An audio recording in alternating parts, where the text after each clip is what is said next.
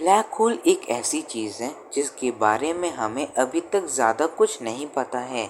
इसीलिए आगे हम जिस बारे में भी चर्चा करेंगे वो अनुमान और थियरीज के ऊपर आधारित होगा।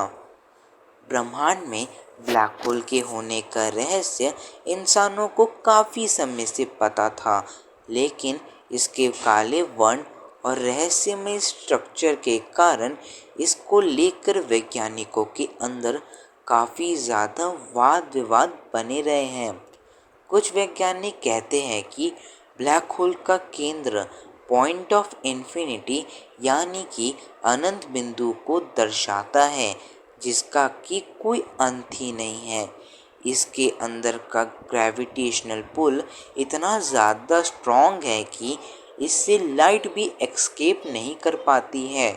इसीलिए इसके अंदर एंटर करने के ख्याल से ही मेरे रोंगटे खड़े हो जाते हैं।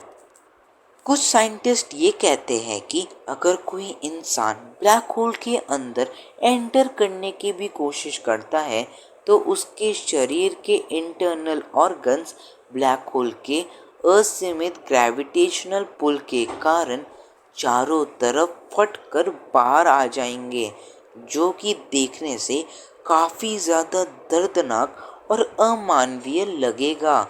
जैसे कि टूथपेस्ट के ट्यूब से टूथपेस्ट बाहर निकलता है, ठीक उसी तरह आपके शरीर के इंटरनल ऑर्गन्स और जैविक तरल पदार्थ मुंह या किसी दूसरे रास्ते से बाहर निकल आएंगे। ऐसे में ये अवश्य ही है कि ब्लैक होल के केंद्र तक पहुंचने के बहुत पहले ही हमारी मौत निश्चित रूप से हो जाएगी। इसलिए अगर कोई इंसान ब्लैक होल के अंदर जाने का प्रयास भी करता है तो उसे ब्लैक होल के ताकतवर ग्रेविटेशनल पुल को टालने के लिए कुछ बंदोबस्त अवश्य ही करना होगा।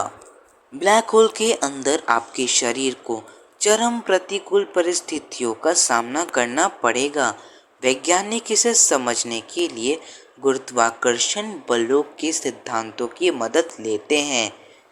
जब भी कोई भी चीज़ ब्लैक होल के इवेंट होराइजन को पार कर लेती है तब उसका वापस लौटना लगभग असंभव ही है, क्योंकि इवेंट होराइजन को the point of no return भी कहा जाता है, जहां पर ब्लैक होल का गुरुत्वाकर्षण बल इतना ज़्यादा बढ़ जाता है कि इससे प्रकाश भी बाहर नहीं निकल पाती है। इसीलिए जब आपका शरीर इवेंट ऑफ होराइजन के पार चला जाएगा तो आपका वापस लौटना लगभग असंभव ही हो जाएगा।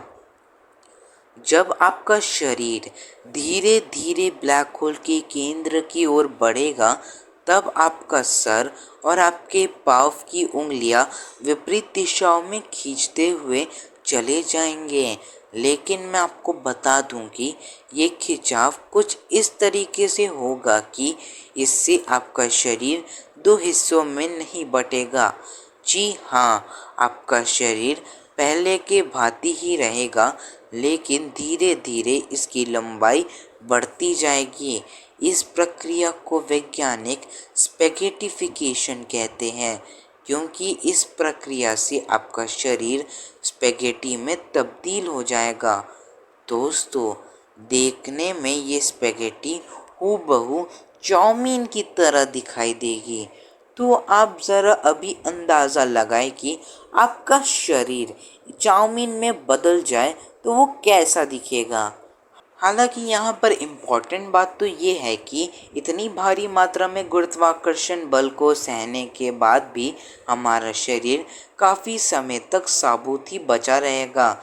लेकिन दोस्तों, इस प्रक्रिया के कारण होने वाला दर्द शायद इंसानों के लिए इतना होगा कि वह इसी दर्द से ही अपना दम तोड़ दें। वैज्ञानिकों का मानना है कि इंसानी दिमाग चरम प्रतिकूल अवस्था में अपने आप बंद पड़ जाता है और इसके अंदर मौजूद कोशिका अपने आप विघटित होने लगती है। इसी वजह से आप जब आपका शरीर स्पैगेटी बन जाएगा तब आपके दिमाग के अंदर मौजूद कोशिकाएं खुद व खुद नष्ट होने लगेंगी। इसी वजह से आप तुरंत ही बेहोश तथा उसके बाद मौत को प्राप्त हो जाएंगे। मरने के बाद हमारा शरीर धीरे धीरे सूक्ष्म कणों में विघटित होने लगेगा। ये सूक्ष्म कण बाद में मौलिक कणों में परिवर्तित हो जाएंगे। मौलिक कणों में तब्दील होने के बाद आखिर में हम सिंगुलैरिटी को प्राप्त हो जाएंगे। सिंगुलैरिटी के अवस्था में हमारे शरीर के मौलिक कण अति से अति सूक्ष्म हो जाएंगे।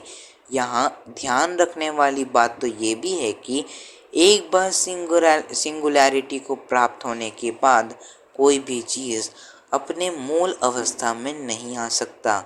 इसीलिए एक बार हमारा शरीर सिंगुलैरिटी को प्राप्त हो गया तो हमारा अस्तित्व उसी के साथ ही हमेशा हमेशा के लिए मिट जाएगा। सो फ्रेंड्स, आज के इस नए वीडियो में बस इतना ही। अगर आपको ये वीडियो पसंद आया तो वीडियो को लाइक शेयर कर दे और चैनल को सब्सक्राइब करके बेल नोटिफिकेशन ऑन कर दे, जिससे कि आने वाली वीडियोस की नोटिफिकेशन आपको मिलती रहेगी। सो फ्रेंड, अब मिलेंगे अगले वीडियो में। तब तक के लिए बाय बाय, टाटा और जय हिंद।